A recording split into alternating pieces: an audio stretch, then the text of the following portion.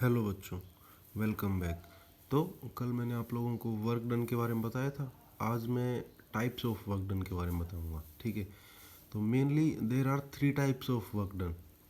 First one is positive work, second one negative work, third one zero work. ठीक है, positive work done से start करते हैं।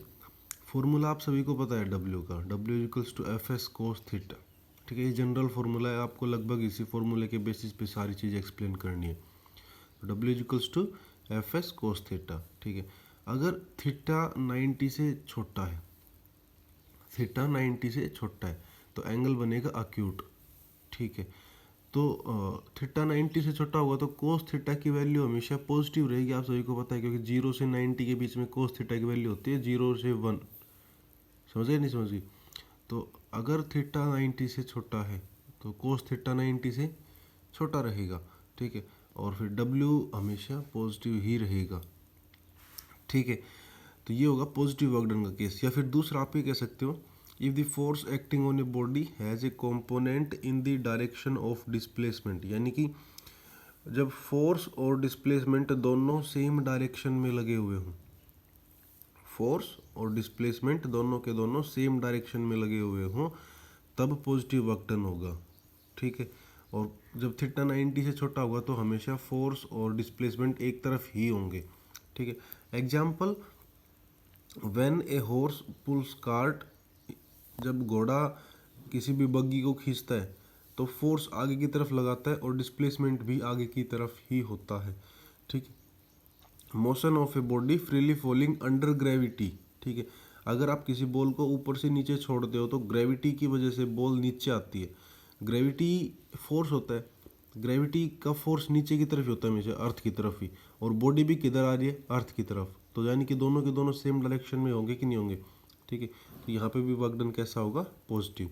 ठीक है, उसके बाद आता है नेगेटिव वर्क डन। ठीक है, नेगेटिव वर्क डन में W equals to F S cos theta होता है।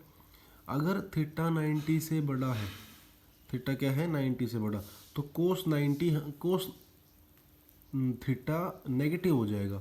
ठीक है, यानी कि अगर एंगल आपका ऑब्ट्यूज है, थीटा 90 से बड़ा है, तो कोस थीटा नेगेटिव हो जाएगा, और अगर कोस थीटा नेगेटिव हो जाएगा तो वर्क डन भी कैसा हो जाएगा, नेगेटिव।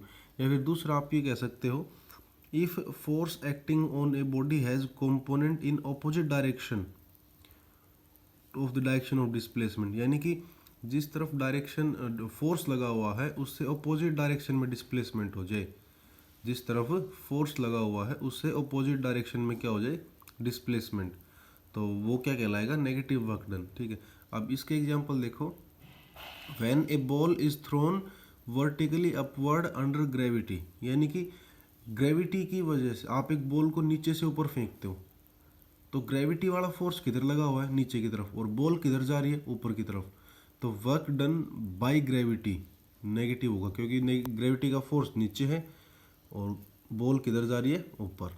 ठीक है, दूसरा एग्जांपल आप कह सकते हो, work done by frictional force. ठीक है, फ्रिक्शनल फोर्स आप सभी को पता है कि एक एविल फोर्स है, और जिस तरफ डिस्प्लेसमेंट, जिस तरफ गाड़ी चलेगी उससे अपोजिट डायरेक्शन में लगेगा वो हमेशा। तो ये नेगेटिव वर्क डन का केस है कि डिस्प्लेसमेंट और फोर्स दोनों आपस में अपोजिट डायरेक्शन में हो। ठीक है, उसके बाद तीसरा है जीरो वर्क डन। ठीक है, जीरो वर्क डन में क्या होता है, W is equals to F S cos theta होता है। अगर थीटा 90 डिग्री है, थीटा कितना है, 90 डिग्री, तो कोस 90 जीरो होता है, सभी को पता है। ठीक है, और कोस 90 जीरो हो गया तो वर्क डन भी जीरो हो गया।